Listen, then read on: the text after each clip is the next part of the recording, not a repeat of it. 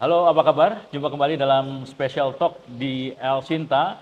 Pendengar El Sinta dan juga netizen El Sinta dimanapun berada. Kali ini kita ada di Galeri Robotika di UG Technopark. Kita akan ngobrol tentang sesuatu yang luar biasa, yaitu robotika di Technopark. Bersama dua jagoan kita dari Universitas Gunadarma, ada Profesor Adang Suendra, beliau adalah Dekan Fakultas Teknologi Industri dari Universitas Gunadarma, dan juga ada Prof. Budi. Siap. Prof. Budi sebagai penanggung jawab pengembangan UG Technopark. Sebelum kita bahas mengenai robot yang ada di UG Technopark, saya ingin tanya dulu nih ke Prof. Budi. Siap. Ini lagi rame nih sekarang ini ya. Dari ujung ke ujung, tadi kita juga udah nanam pohon, Ya. terus juga ada diskusi, Ya, ada juga bedah buku, terus juga di item-item TV UGL Sinta juga banyak sekali diskusi-diskusi yang dibahas ya, masalah-masalah teknologi dan sebagainya. Ini ada apa sih sebenarnya? Sebenarnya kita memanfaatkan momentum tentang Hari Menanam Pohon Indonesia Iya. bersama mitra-mitra strategis Universitas Gunadarma termasuk El Sinta Yes. yang sangat peduli terhadap insan-insan yang peduli lingkungan. Thank you, salaman dulu Bang. Nah, tentu sebagai kawasan riset dan pengembangan, UG Ya. Technopark itu memang terbuka untuk semua mitra, Ya. terutama dalam kaitannya bagaimana melakukan hilirisasi Ya. berbagai teknologi terkini, khususnya di sektor pertanian. Tetapi karena Gunadarma bukan hanya pertanian saja dengan agroteknya yang memang di bawah Pak Dekan, Prof. Adang, bahwa semua bidang ilmu yang ada di Gunadarma, bahkan ke kedokteran pun, itu Ya. semuanya ada showcase-nya. Ada contoh produksinya di UG Technopark, termasuk berbagai penerapan robot cerdas atau robotika gitu ya di dalam pengembangan UG Technopark. Karena selain itu UG Technopark memang selain kawasan riset dan pengembangan, jangan lupa juga bahwa seperti kepedulian El Sinta, bahwa cinta alam itu kan harus diedukasi, harus dikampanyekan. Betul, betul. Sehingga nanti selama 2 hari ini insya Allah bahwa banyak sekali inovasi terbaru, terutama robot cerdas yang memang nih pakarnya nih Prof. Adang ini gitu ya. Luar biasa memang beliau. Tapi memang sebelum ke Prof. Adang ya, pendengar saya ini ada di UG Technopark, sempat juga jalan-jalan ke misalnya ke salah satu tanaman anggrek ya, dengan apa namanya tuh kalau di itu greenhouse-nya Smart ya. greenhouse-nya. Dia cara nyiramnya, cara pemupukannya sudah secara digital. Jadi bukan lagi manual orang per orang, tapi berdasarkan misalnya keasaman, berdasarkan Suhu, kelembaban. Jadi teknologi di sini sangat dalam tanda kutip dimuliakan sekali gitu Oh ya. iya, karena memang salah satu keunggulan dari UG Technopark memang sekali lagi mengintegrasikan teknologi digital dalam sektor pertanian khususnya dari mulai on farm sampai ke off farm. Ya. Sehingga nanti istilah itu kadang-kadang ada istilah dari mulai on the ground, on the farm gitu ya, ke on the table. Ketika berbagai komoditas tadi melon, anggrek, ataupun semua komoditas pertanian itu, sayur-sayuran ya, hortikultura, buah-buahan itu semuanya memang syarat dengan penerapan teknologi ya, terutama dalam pemantauan indikator-indikator pertumbuhan dan perkembangan dari semua komoditas.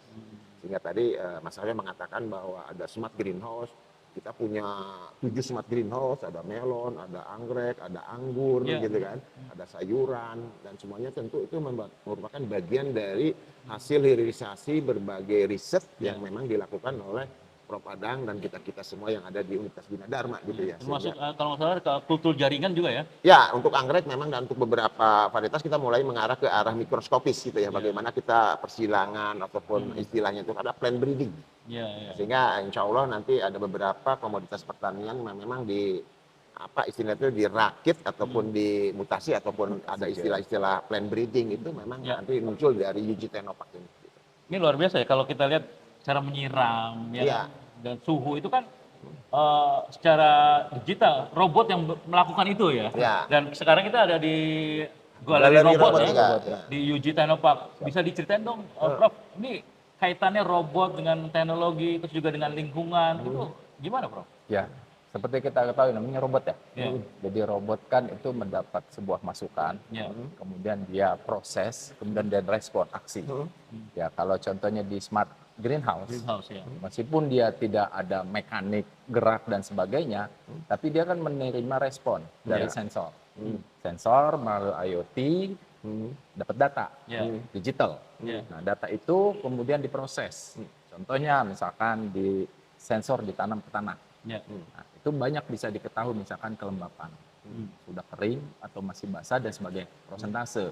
Ketika threshold persentase tertentu, maka lakukan penyemprotan. Oh. Begitu sudah mencapai thresholdnya, berhenti. Nah, seperti itu. Termasuk suhu juga ya? Nah, Ya, semua itu yang parameter. air. Nah, Ya. kemudian suhu. Kalau suhu ada kan sensornya, sensor suhu. Kemudian tinggal sirkulasi. Motor nyala untuk kalau bisa panas ya, Ya. diambil udara panasnya, dikirim udara dingin. Jadi ada siklus seperti itu. Ya. Kemudian juga kalau rusak misalkan, Ya, nah ya. itu secara visual. Secara visual dilihat, kemudian dilihat di situ sehat atau tidak.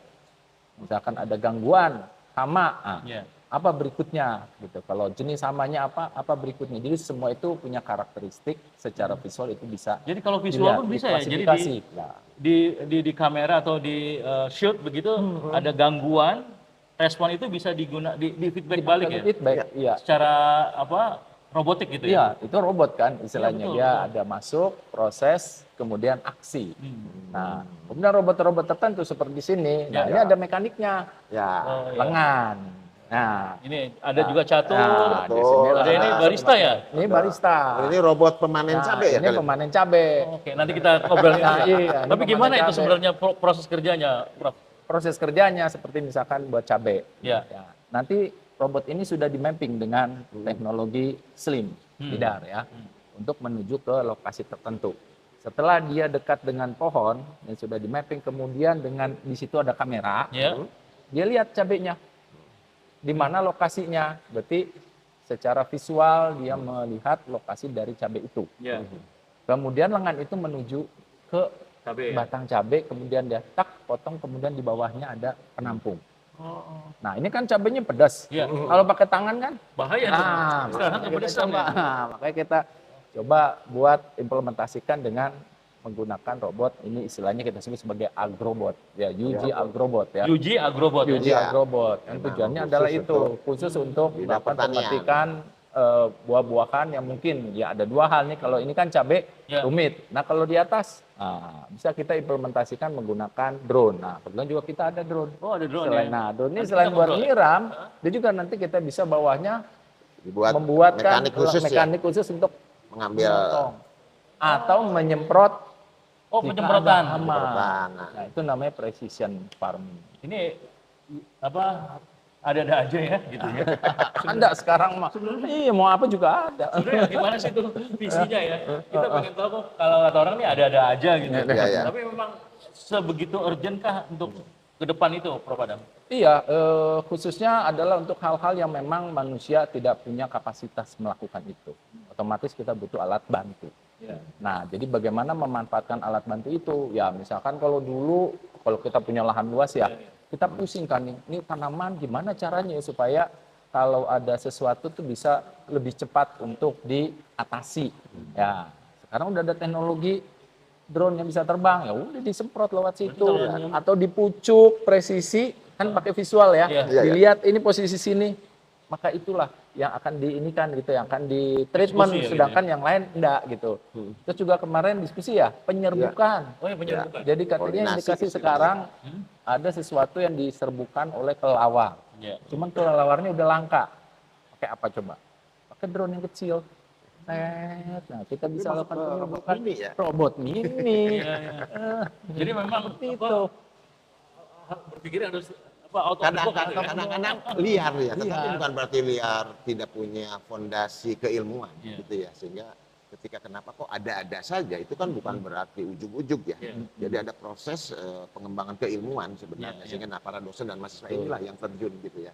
Sehingga tadi yang disebut ada-ada saja ataupun tadi kita seolah berpikir liar, tetapi sebenarnya dalam koridor bahwa iptek itu kan berkembang terus. Iya, betul. Karena dengan ada saja tiba-tiba ke depan memang dibutuhkan ya. Iya betul. Dan era sekarang memang diwarnai dengan Iya. Sesuatu yang nggak kita pikir dulu. otomatisasi kan gitu ya. Otomatisasi. Tapi, Prof, yang mengerjakan, Prof, Ya. ini siapa aja yang ada di sini? Kok Kita kayaknya ada kelihatan timnya. banget hebat-hebat gitu? Kita ada timnya memang. Gimana? Jadi tim ini mahasiswa S1, mahasiswa S2, dan mahasiswa S3 Ya. berjenjang. S1 dia untuk menginikan tipe-tipe yang kecil. Jadi ini S3 yang mendesain keseluruhan, Ya. kemudian dibagi modul-modul, kemudian dianalisis efektivitasnya oleh S2. Begitu ini sudah berfungsi diimplementasikan oleh S1. Oh. Jadi integrated. Integrated gitu ya? kan. Dan Berarti ini juga S1-nya bakal dapat ilmu dari S2 ya? betul. Dari S2 udah bakal S2 dapat ilmu iya, dari S3. karena S2 kan sudah punya experience ya Iya. untuk mencoba mengimplementasikan sebuah algoritma, sebuah metode. Iya. Tapi dia kan punya kekhasannya lagi, dia mampu menganalisis mana yang efektif, mana yang tidak. Iya. Nah, kalau S3-nya dia mikirkan tadi ada sajanya di mana, yang barunya apa gitu. Nah, barunya itu konsep itu untuk bidang S3. Jadi kami mengerjakan itu dan juga multidisiplin. Ya. Ya, Maksudnya? ya kalau mekanik ini yang mampu siapa? Yang belajar mekanik siapa? Teknik mesin. Yang belajar pemrogramannya kayak catur program. Ya. Siapa? Bagian Ada. pemrogramannya. Kemudian komputer otomasinya sistem komputer. Ya. Nah, jadi multidisiplin itu kita gunakan untuk istilahnya menciptakan sebuah karya ya yang itu tadi bisa ada saja. Jadi maksudnya gini, saya berpikir bahwa Universitas Gunadarma ini ketika memang ada saja ini gitu, berarti memang sangat aplikatif ya. Orang atau mahasiswa yang belajar di sini bisa langsung terjun, bukan hanya bermain di depan buku atau di depan komputer, tapi bisa mengaplikasikan itu. praktekkan. Ya. Gimana, Prof? Ya, jadi artinya mereka belajar teori ya. Ya. Iya, teori mungkin ada hitungan, kemudian dia lihat aspek-aspek apa saja yang kira-kira sepadan lah ya dengan apa yang akan mereka gunakan tersebut. Ya. Nah, kemudian kan kalau dia sendiri di rumah kayak misalkan controller atau apa, pengadaannya kan susah. Ya. Ya, jadi mereka bergabung dengan tim robotika ini. Nah, di situ kan mereka alat ada, komponen ada, barang produknya ada. Ya, jadi memang sudah langsung mengimplementasikan teori yang sudah mereka pelajari. Lengkap ya, jadi bukan hanya teori tapi praktek gitu Ada ya. praktek. Jadi salah Karena satu untuk menemukan praktek-praktek yang kayak begini, ini kan lab besar ya. Ya. Apalagi Uji Technopark itu kan bukan hanya lab Ya. satu ruangan, ini kan kayak alam area yang luar biasa. Jadi Betul. mahasiswa Gunadarma itu bisa langsung mengaplikasikan di sini Betul. ya, Prof ya. Betul. Ya, memang kami mengistilahkan itu kan ada pembelajaran di luar kelas yang menggunakan living lab ya.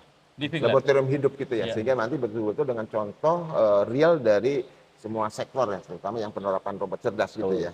Sehingga tadi dikatakan bahwa kenapa ada pendekatan multidisiplin bahkan transdisiplin ilmu. Sekarang kan ilmu itu kan konvergen ya. Iya, konvergen. Ya, sehingga karena misalnya kita kan orang-orang Prof Adang nih, katakanlah ketika mau mendesain sebuah robot cerdas dari sektor kesehatan, misalnya kan gitu kan. Nah, tentu kan harus berkomunikasi dengan ahli-ahli kesehatan. Iya. Atau ketika bicara dengan robot katakanlah cabai, kan masalah karakteristik pohon cabai seperti apa, kekuatan apa tandannya gitu kan. Sehingga nanti kan mekaniknya itu menyesuaikan gitu. Nah, inilah kolaborasi bagaimana dari orang-orang teknologi dengan pengguna akhir dari robot cerdas tersebut. Iya. Karena tanpa kolaborasi, tanpa ada pertukaran informasi, ya Prof Adang mungkin secara desainnya ataupun nanti ketika dipraktekkan di lapangan malah loh kok nggak sesuai dengan kebutuhan. Iya, iya. Nah, jadi artinya kita harus mengenal bisnis proses dari sektor yang akan diterapkan robot cerdas itu. Gitu. Boleh dong spill sedikit ya. Fakultasnya apa aja sih di situ? Ini dia nih. Maksudnya kan kaitan sama bikin robot langsung ya. Kalau nggak salah kedokteran udah ada. Ada. Ya kan? Betul. Terus fakultas Teknologi industri, TI. Beliau ada ada fakultas ekonomi, fakultas ekonomi, fakultas teknik sipil dan perencanaan. teknik perpanjangan, psikologi, sastra dan budaya, dan fakultas ilmu komputer dan teknologi informasi fiktif. Berarti Jangan lupa alma maternya Mas Ada, ilmu komunikasi. Ilmu komunikasi.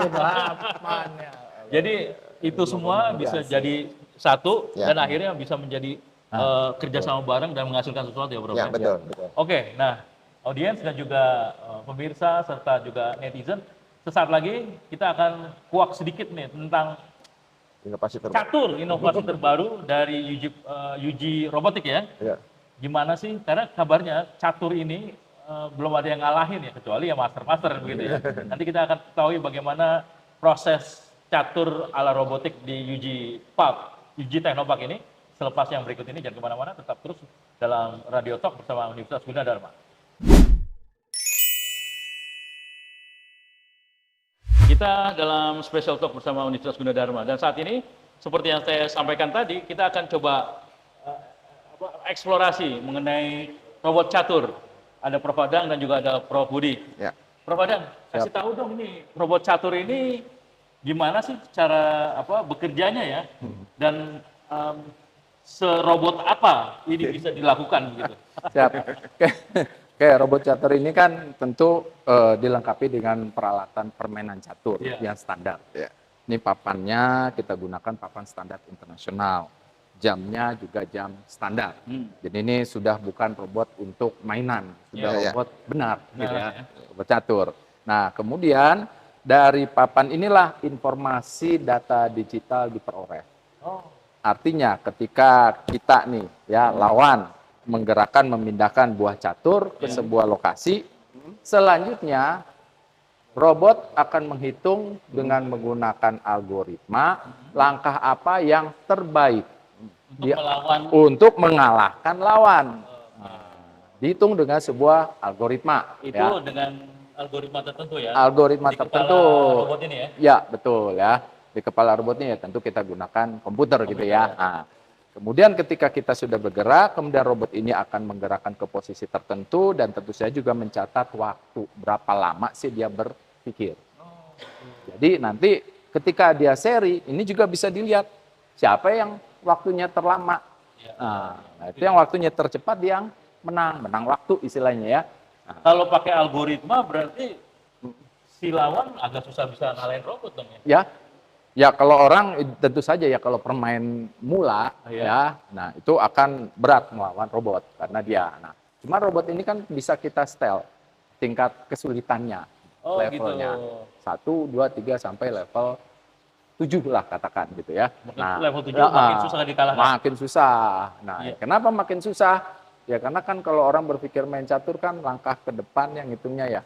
Jadi semakin tinggi levelnya semakin panjang dia berpikir. Jadi kombinasi yang terbaiknya itu dia mikirnya untuk kemungkinan 7 langkah, 8 langkah ke depan. Nah kalau yang cepat dia hanya 2 langkah ke depan. Jadi kalau saya majukan apa, maka lawan kira-kira berikutnya akan menjalani apa. Maka nilai saya berapa kalau saya jalanin ini. Gitu istilahnya kalau di game kan istilahnya namanya min max gitu ya, minimum maksimum gitu ya. Nah, itu kalau kita gunakan modelnya tri atau min max ya. Kalau zaman sekarang orang udah menggunakan AI. Ya, kecerdasan artifisial. Jadi dia itu mempelajari jutaan pertandingan yang disimpan di dalam knowledge, jaringan pengetahuan AI-nya lah sistemnya gitu ya. Ya kalau zaman now istilahnya deep learning-nya gitu ya. Disimpan di deep learning. Nah, kemudian kita bermain, nah dia tinggal mengikuti, oh lawan ke sana, masukin input, berarti saya sekarang harus ngejalanin apa? Tanpa harus ngitung, tanpa harus apa, itu adalah hitungan dari apa yang sudah dia pelajari dari 6 juta pertandingan. Ini robot ini kan juga begitu kan, mempelajari. Iya, mempelajari dari langkah, jadi kita masukin basis data pertandingan, kemudian dia train, dia pelajari, dapat deep learning-nya, kemudian langkah itu dijalankan. Termasuk lawan yang misalnya dia sedang hadapi, dia juga nyedot data juga kan dari lawannya, begitu ya Pak? Ya, artinya kan dia punya pola pertandingan. Boleh nggak kita coba tes satu langkah coba ya? Gimana kira-kira bisa tes ya? merespon? Misalkan dari sini kita ke sini, kemudian tekan ini. Nah, kemudian robot ini akan bergerak. Kemana dia akan melangkah? Jadi bergerak dan akan memindahkan ya? Iya. Oke. Oke, berarti itu adalah langkah terbaik untuk menghadapi pemain putih ini ya. Coba satu lagi majuin, yang mana terserah Prof. Apa respon mereka? Atau kuda lah kita majukan ya ke sini gitu. Chat lagi itu. Oke. Berarti si robot ini sudah berpikir nih, ini mau kemana nih? Mana yang bisa dilakukan? Yang paling cepat. Dihalangi gitu.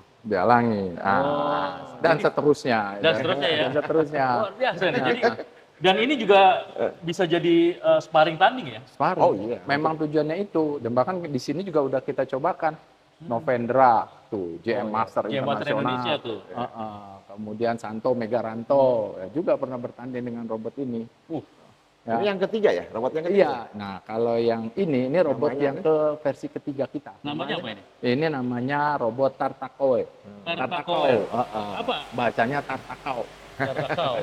Kenapa ini? Berasal dari mana, Prof? Dia ini adalah seorang pecatur. keturunan Poland, tapi dia lahirnya di Rusia, Rostov ya, Rostov, Rusia. Dia belajar tadi adalah kuliahnya law dia, hukum.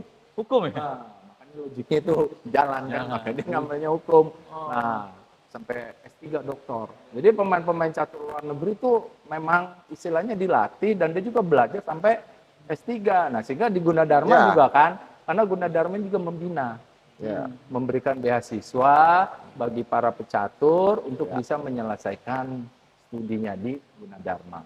Jadi kita mendorong mereka untuk menempuh pendidikan S1, S2, ya bahkan mungkin nanti bisa S3, tergantung dia ya kesiapannya. Ya, kenapa? Karena kan dari sejarahnya aja pecatur-pecatur itu adalah S3 ya, Anatoli, Karpov, ya kan. Jadi di Indonesia ya istilahnya bisa menjadi memiliki Grandmaster unggul ya apabila juga logik dia juga sudah advance gitu. Luar biasa.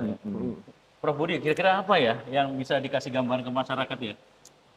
Memang untuk tadi seperti Prof Adak katakan bahwa Gunadarma memang terkenal mencari talenta-talenta atau bakat-bakat pecatur ya. Nanti memang kita latih dan sebagainya. Tetapi dalam periode berikutnya bahwa bagaimana catur ini juga masuk ke dalam diintegrasikan ke dalam tridharma perguruan tinggi ya. Karena kan catur itu kan kemampuan untuk kognisi ya. Tetapi di satu sisi ada sebuah karakter ataupun sebuah perilaku yang memang cocok untuk pengembangan karakter atau kompetensi mahasiswa. Fokus, konsentrasi, kesabaran, kan gitu ya. Strategis, nah sehingga akhirnya memang dengan keberadaan robot catur di UJ Teknopark ini memang salah satunya adalah untuk edukasi publik. Dan saya ingat juga Prof Adang bahwa berbagai robot catur juga untuk edukasi ke anak-anak kecil ya. Supaya bagaimana mereka yang senang itu kan akhirnya dengan cara permainan edukatif, dengan contoh real seperti ini, nah ini bagaimana catur-catur itu akhirnya mungkin bisa menjadi salah satu cara kita mengedukasi siapa tahu nanti akan ketemu bakat-bakat ke depan kan gitu ya. Dan jangan lupa juga, karena di UJ Teknopark kita sering ngadain event-event. Itu dia tuh, makanya event-event. Banyak juga ya, Grandmaster dari Gunadarma. Bahkan kita ada pertandingan match ya, human and machine gitu ya, chess competition. Nah itu kan nanti secara reguler insya Allah UJ Teknopark akan diadakan ya kepada penggemar catur. Ya bagaimana mereka kan kadang-kadang tertantang nih, ini ada 3 robot catur nih di UJ Teknopark gitu lah. Mau ngalahin nih? Mau ngalahin nggak sih? Gitu kan. Nah ini kan mungkin ada adrenalinnya juga. Nah sehingga nanti ada event-event khusus bagaimana robot catur itu juga bisa bertanding, bahkan bisa sesama robot catur ya. Bisa. Kenapa enggak? Bisa. Ya jadi bisa catur dengan orang. Ada robot lawan robot ya. Masa jangan kelayu aja nantinya. Tapi ini artinya satu hal yang positif ya untuk bisa mengembangkan kemampuan orang ya, begitu ya. Dan kalau dalam hal ini masyarakat dari level yang masih S1, S2, S3 ya, bisa mengembangkan ini gitu Prof.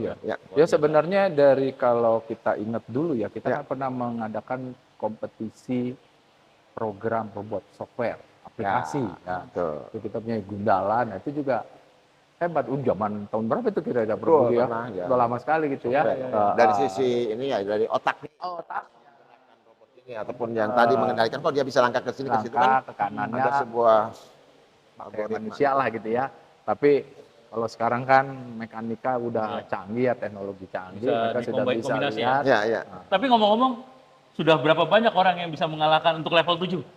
Belum ada ya? Ya, tentu saja Grandmaster yang internasional. Baru levelan GM ya? Betul, level seri lah paling tidak. Novendra itu kalau nggak salah draw ya? Novendra itu ya? Pernah juga di UJ Teknopark? Tapi itu untuk yang versi, yang pertama ya? Robot apa? Bogol Yubov. Itu yang pertama tuh. Yang kita ciptakan. Itu aja masih remis ya? Remis. Nah, gimana yang terakhir nih ya?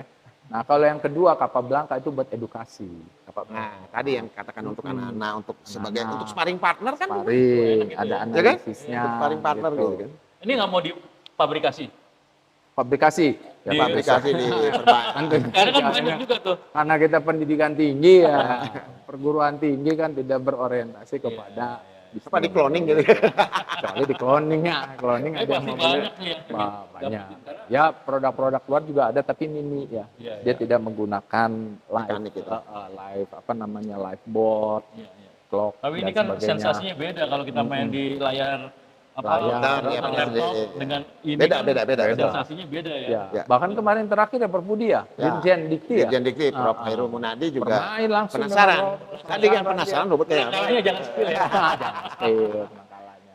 Iya. Oke, kalau gitu luar biasa sekali ini. Jadi pendengar dan netizen, ini adalah robot catur ya, yang dikembangkan di UG Technopark dari teman-teman di Universitas Gunadarma. Sampai di sini dulu, sesaat lagi kita akan bahas yang lain lagi. Tetap terus dalam Radio Talk bersama Universitas Gunadarma. Masih dalam Radio Talk bersama Universitas Gunadarma, disiarkan dari UG Technopark di Cianjur, dan kita masih bersama Prof. Adang dan juga Prof. Budi. Prof, dari apa yang sudah kita lihat ya di UG Technopark ini, kira-kira apa sih yang mau dituju oleh Gunadarma terkait dengan masalah teknologi yang dikembangkan di sini, Prof? Pertama, sekali lagi bahwa UG Technopark termasuk bagaimana berbagai variasi robot cerdas ya di sektor pertanian itu kan salah satunya memang secara real memang membantu dalam proses otomatisasi. Sehingga nanti kita ada istilah bagaimana ada agroindustri 4.0 berkelanjutan. Itu juga salah satu kerjasama dengan mitra gitu ya. Tapi di sisi yang lain, selain dari pengembangan keilmuan dari robot cerdasnya itu, kita ingin ke depannya juga bahwa bagaimana pertanian modern itu kan juga memerlukan berbagai penerapan teknologi terkini. Nah ini tentu para pendengar El Sinta pun ataupun tadi yang penasaran kok bisa seperti itu kan hasil apa ya, pengajaran, hasil praktek, hasil pemikiran dari ada aja kok ada aja akhirnya bisa gitu kan. Itu kan artinya kan memang ada proses pembelajaran di situ, ada pengajaran. Nah itu sebenarnya tidak menutup kemungkinan nanti masyarakat pun yang memang tadi ya, wah ini saya harus mendesain yang sesuatu yang seperti Prof. Adang kan gitu ya. Nah itu bisa saja nanti di UG Technopark adalah bagian dari proses tadi pembelajaran ataupun penelitian di bidang robot cerdas. Sehingga nanti ke depannya sebenarnya di satu sisi, karena kita adalah lembaga pendidikan, tentu adalah menyiapkan talenta-talenta yang tadi menjadi desainer ataupun yang membuat robot-robot cerdas itu. Tapi sebenarnya muara akhirnya adalah bagaimana pertanian modern itu benar-benar nanti di masa depan di Indonesia itu terwujud gitu, dan itu tidak terlepas dari semua proses otomatisasi. Ya, karena di sini saya lihat bukan aja robot seperti ini ya, tapi farm ada robot penanam gitu kan, juga bisa menyemai sayur-sayuran. Artinya klik banget dengan isu sekarang ya, ketahanan pangan.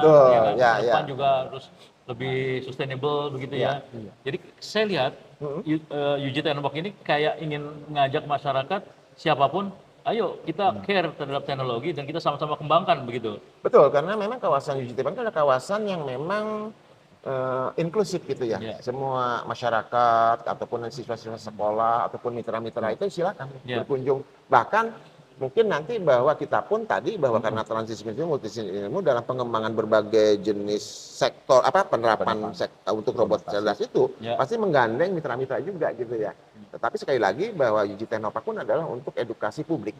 Nah, sehingga nanti yang tertarik untuk mengembangkan nanti seperti yang robot-robot di bidang pertanian, di bidang kesehatan ataupun di bidang ilmu yang lain yang ada di Universitas Gunadarma, itu saya tidak menutup kemungkinan bahwa UG Technopark menjadi salah satu living lab tadi. Ya kan, sehingga nanti masyarakat ya yang memang tertarik gitu kan, atau mungkin putra-putrinya, ini kan ke depan nih menjadi sebuah ketahanan pangan, tetapi semuanya serba otomatis gitu. Nah itu tidak menutup kemungkinan nanti Universitas Gunadarma pun sekali lagi melalui UG Technopark selalu menggandeng mitra-mitra, termasuk juga terbuka untuk belajar. Gitu. Ini dia nih, masalah belajar kan nggak ada banyak tempat ya untuk bisa belajar langsung praktek. Di Universitas Gunadarma ini rasanya bisa mengakomodir itu ya, Pak? Ya, memang pembelajaran di luar kelas itu memang salah satunya memang di sini. Nah, saya mau ke Prof. Adang. Prof. Adang, ada orang yang ingin melakukan ini tapi agak dalam tanda kutip takut bahwa kan teknologi susah, ya kan? Terus juga gimana caranya untuk bisa mengatasi itu gitu. Nah, gimana persepsi itu dan juga dikaitkan dengan visi Gunadarma, Prof? Ya baik, jadi ya intinya kan tadi dengan teknologi siswa itu segala sesuatu kan sebenarnya bisa dipelajari. Nah contohnya di sini tim kami gitu, awalnya itu kami magangkan. magang dia ke sebuah tempat karena kita juga nggak mau risiko dong dia trial error salah terus kan. Kita magangkan. Nah setelah magang, ayo kita bangun. Nah setelah kita bangun, mereka udah tahu bagaimana membuat controller, bagaimana membuat mengefisiensikan motor, mengefektifkan motor, menggerakkan motor, bagaimana mengontrol gerakan mekanika, begitu lengan dan sebagainya, bagaimana menanamkan sensor, membaca data sensor. Nah, jadi mereka sudah bisa itu berkat magang. Nah, ini jadi mitra itu bisa kita jadikan partner untuk bagi yang baru, misalkan waktu itu untuk magang. Dan kalau saat ini karena kita sudah ada ya mahasiswa kita bisa magang di tempat kita. Jadi kita sediakan memang satu site untuk yang bermagang, mereka belajar awal, nanti sudah jadi naik ke tahap berikutnya. Gitu. Nah, polanya seperti itu. Jadi sehingga yang sulit tadi bisa kita buat jadi Intinya mudah. belajar sih. Ini belajar ya. Tapi kan gini bro, kalau belajar tapi nggak ada tempat belajar kan susah juga. Nah, itu tadi kita Jadi ini langsung- akan di teman-teman atau putra-putri dari pendengar yang ingin masuk ke Universitas Gunadarma ketika ingin praktek, udah ada tempat, udah Ya. bisa ahli teknologi dari Betul. senior-seniornya ya. Iya. Ya. Kita menawarkan tuh ke setiap mahasiswa, siapa yang mau ingin bergabung di robot cerdas ini silakan. Jadi ada kita banyak ya. Ya, Robodia, penelitian robot banyak kita lain, fasilitasi pusat-pusat penelitian penelitian. mahasiswa yang mau penelitiannya di sini. Itu Ya kan? Untuk dalam rangka tugas akhir Iya. atau mungkin dalam artian project based learning. Iya, Nah, ini kawasan digital memang diperuntukkan buat mereka gitu. pantas saya beberapa kali ketemu mahasiswa yang memang ada semester sekian ya. Ya. Ternyata mereka sedang melakukan riset. Penelitian gitu. betul. Oh, itu Dan mereka mondok di sini gitu. mondok di sini ya. kita Kan ada sediakan akomodasi buat mereka, ada mes khusus untuk mahasiswa. Ada tempat tidurnya, tempat makannya. Ada. Makannya aman. Makanan tinggal mancing, tinggal metik kan gitu ya. Oh, iya.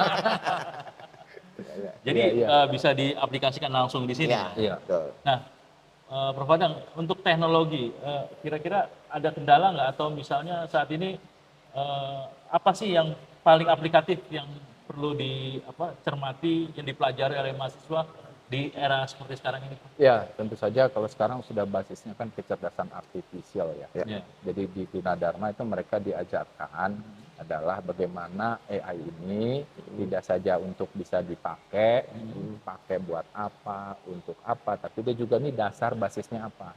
Jadi mereka dipelajari itu teori dasarnya AI apa sih sebenarnya. Sebenarnya kan dia mencari sesuatu intinya. Cara mencari yang paling efisien, efektif itu bagaimana solusinya. Bisa membangun dengan berbagai model. Nah, itu kita ajarkan ya sampai ke yang deep learning-nya, membangun AI model dan sebagainya. Nah, jadi seperti itu. Nah, sehingga nanti misalkan contoh implementasi ke pemetik. Berarti kan orang namanya metik ya berarti harus kenal objeknya, harus kenal posisinya, harus kenal how to-nya. Nah, itu gimana menanamkan itu ke dalam sebuah sistem. Nah, jadi dengan kasus-kasus ini mereka tuh belajar. Sehingga nanti kalau dikasih kasus, oke, sekarang metik buah duren, misalkan yang tinggi-tinggi, berarti dia akan mikir ya mungkin ada tangga yang mekanik, kemudian di situ ada lengan, kemudian bisa motong dan sebagainya. Ya, atau untuk hal-hal yang memang manusia itu sulit untuk melakukan. Ya. Bahkan ke depan mungkin udah susah kali ya nyari pemanjat kelapa misalnya orang Jadi harus pakai drone ya. Bukan, robotnya mungkin robot manjat dulu Manjat ya? dengan kaki-kaki khusus. asik khusus. Ada. Kita pakai motor gitu kan jalan ke atas Ya. bisa seperti Jadi itu. sebenarnya teknologi itu ya harus kita pakai ya. Harus Betul. kita pakai. Jangan kita takuti gitu Nah, ya. jangan dikatakan harus kita justru itu adalah kesempatan dan tantangan gitu kan. Terakhir Prof, kira-kira apa yang bisa disampaikan ke pendengar masyarakat netizen ya? Ya. Kaitan dengan UG Technopark, teknologi, robot, dan sebagainya. Bahwa penerapan teknologi terkini untuk semua sektor kehidupan sudah menjadi keniscayaan. Ya. Sehingga nanti masyarakat pun memang sudah nanti ke depan itu ada terbiasa kita berkolaborasi, bersinergi dengan robot-robot cerdas ini. Ya. Tetapi jangan lupa bahwa manusia itu kan aktor utamanya. Ya. Sehingga nanti bagaimana kecerdasan artifisial itu bersanding dengan human intelligence gitu, dengan kecerdasan manusia. Nah, ke depan tuh kecerdasan hibrid itu menjadi hal yang memang sangat berguna di ke depan. Dan sinergi dan kolaborasi antara manusia dan mesin itu memang sekali lagi harus kita aktifasi mulai dari dunia pendidikan.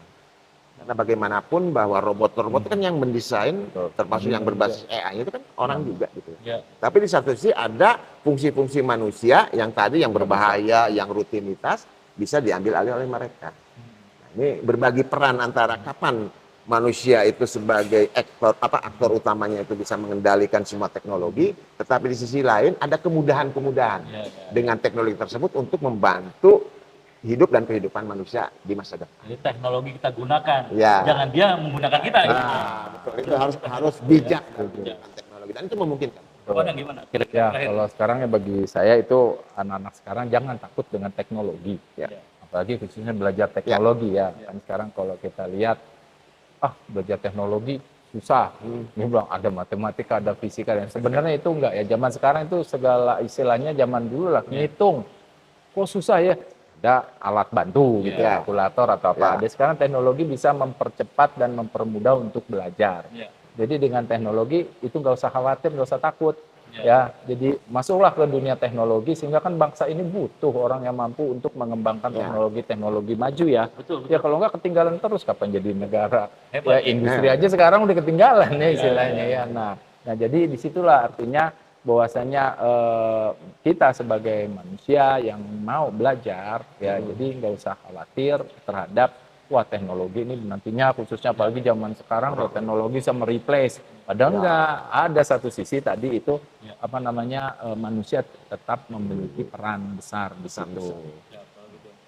Dan Yuji komit ya untuk terus mengusung teknologi ini ya. Betul, ya. Terima kasih kalau gitu Prof. Budi. Terima kasih sama-sama. Prof. Adang, terima kasih waktunya.